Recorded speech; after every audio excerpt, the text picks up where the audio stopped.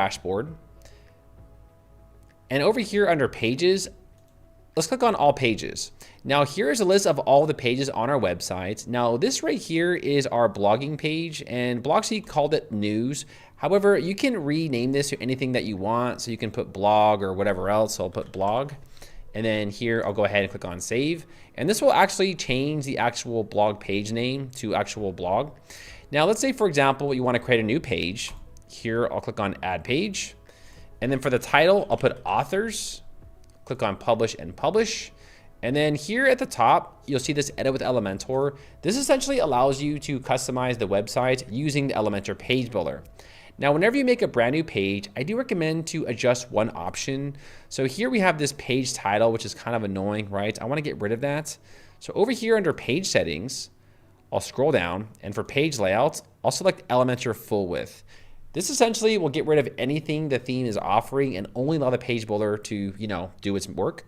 So to get started with, here I'll just go ahead and click on the plus, click on Flexbox, and just click on a 2-column row. And then of course, you can just go ahead and add in, your staff right here or your authors and make them a dedicated page. Here I'll put the social icons again. And then this time I'll put like a button, maybe like, I don't know, to their LinkedIn or something like that. Button, here we go. And here I'll put this to the left side, and then we'll just duplicate this, and then I will delete that. And then here, obviously, we can just put the authors, and there we go. So these are now the authors for our blogging website. Now here at the top, I'll click on publish. Now notice here how this is not added to the menu yet. Well, let's do that. Let's go over here to the Elementor section and click on exit to WordPress, and click on the WordPress logo. And over here under appearance, let's click on menus. Okay, so this is the WordPress menu. Now here we have pages. I'll click on view all. And here is the page that we created. So this is the authors page. I'll click on add to menu. And we can move this around so we can drag and drop this. I'll put this under services right there. Okay, so it's gonna create a drop-down menu. So now this is gonna be our new menu. Now later on, once you create blog posts, here we have a bunch of demo blog posts that were created automatically. I can actually insert blog posts onto the actual menu as well. Over here, we have categories. You can also list the blog categories onto your menu. So if you have like a really robust blog, you can put like your analytics section right here under news, and then just create a very robust menu with all the post categories on your menu, just so it's easier for customers to navigate. So here I'll click on save menu. So now that we've updated our menu, we can actually go to the website here and check it out. So here is the services, and notice here how authors is a drop down. If I click on authors, it now takes us to the authors page. And then also for news, we have the analytics category. So any blog post that we add in the analytics section will be listed here automatically.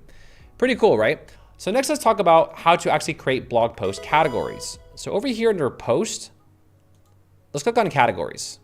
So here is a list of blog post categories. Now I do recommend to adjust this one right here. So anytime you make a blog post, you can add them to any of these categories.